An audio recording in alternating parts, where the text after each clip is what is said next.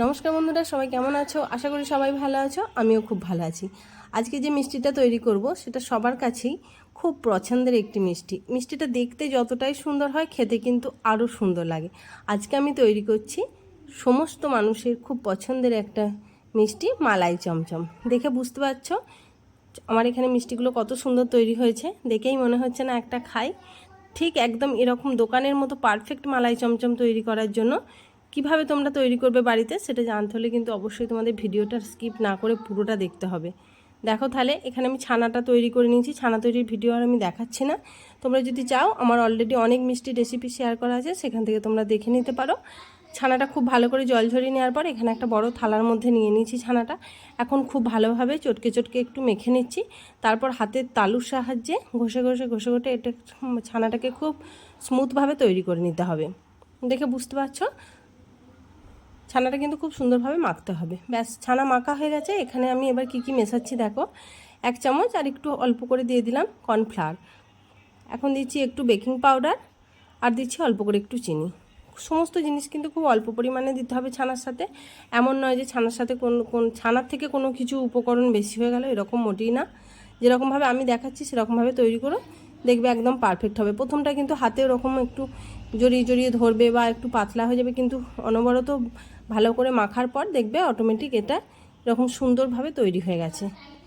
দেখছো এটা কত সুন্দরভাবে তৈরি হয়ে গেছে।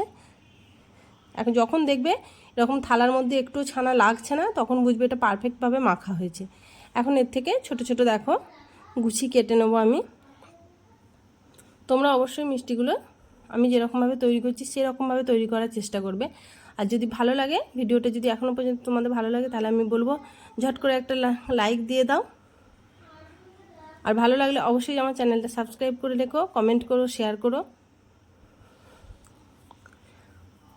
এখন দেখো সমস্ত মিষ্টির আমি গুছি কেটে নিয়েছি। এখন এগুলো হাতের তালুর মধ্যে নিয়ে খুব সুন্দর করে একটু লম্বা চমচম যেরকম হয় আর কি, একটু লম্বা লম্বা শেপের আমি তৈরি করব।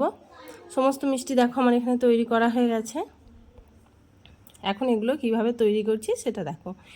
এবার মিষ্টি তৈরির কাছে চলে যাব।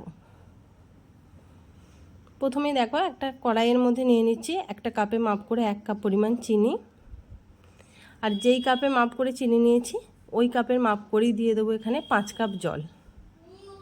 অবশ্যই করে কাপটা একই কাপ রাখার চেষ্টা করবে, যেই কাপে চিনি নেবে সেই কাপেই জল নেওয়ার চেষ্টা করবে। এখন খুব ভালো করে মিশিয়ে নেব। একটা ফুট উঠে যাওয়ার পর মানে চিনিটা খেয়াল রাখতে হবে খুব ভালোভাবে যেন জলের সাথে মিশে যায়। দেখছো সমস্ত চিনি গলে গেছে। এখানে চটচটে মোটা রসের কোনো দরকার নেই, একদম পাতলা রস তৈরি করতে হবে। খুব সুন্দরভাবে চিনি ফুটে গেছে, রস তৈরি হয়ে গেছে।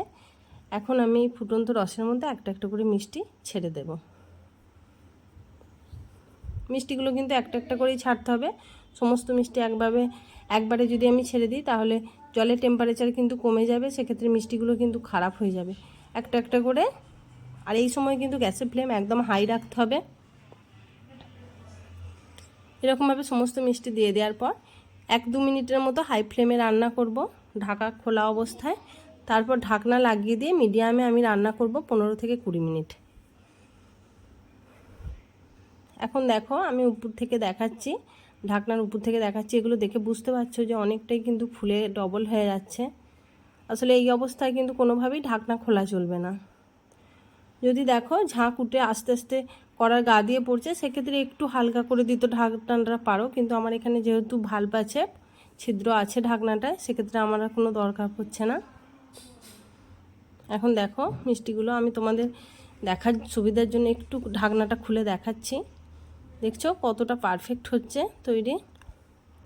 এবারে একটু হালকা হাতে খুন্তি দিয়ে একটু যাতে মিষ্টির উপর পিঠগুলো নিচের দিকে চলে যায় সেদিকে একটু খেয়াল রেখে কিন্তু খুব হালকা হাতে কাজটা করতে হবে, খুব সাবধান হয়ে।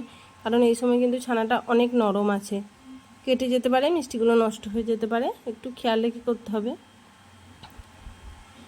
একটু নাড়াচাড়া করে দিলাম, তারপর ঢাকনা দিয়ে আরও রান্না হতে দেবো কিছুক্ষণ। দেখো মিষ্টি কিন্তু তৈরি হয়ে গেছে। এখন আমি এগুলো চিনির শিরা থেকে তুলে নিয়েছি, প্রত্যেকটাকে আলাদা আলাদা কন্টেনারের মধ্যে আমি নিয়ে নিয়েছি। এখন এখানে দুধের মালাইটা তৈরি করছি। আমি এখানে 750 মতো দুধ নিয়েছি। এটাকে খুব ভালো করে ফুটিয়ে একদম ঘন মালাই তৈরি করে নেব। তারপর এর মধ্যে দিয়ে দিলাম বড় চামচের 2 চামচ গুঁড়ো দুধ। গুঁড়ো দুধটা অবশ্যই দেওয়ার চেষ্টা করবে, এতে করে মালাইটার টেস্টটা কিন্তু অনেক বেশি হয়। এবার আর কিছুই না, মালাই আস্তে আস্তে করে তুলে নিয়ে মিষ্টির উপর থেকে দিয়ে দেব। যদি ভালো লাগে তোমাদের এই রেসিপিটা, তাহলে আমি বলবো অবশ্যই আমার চ্যানেলটা সাবস্ক্রাইব করে রাখবে। আর উপর থেকে হালকা করে এরকম কেশর দিয়ে ছড়িয়ে দাও। আর ফ্রিজে রেখে একটু ঠান্ডা হয়ে গেলে তারপরেই কিন্তু খাবে। দুর্দান্ত স্বাদের এই মালাই।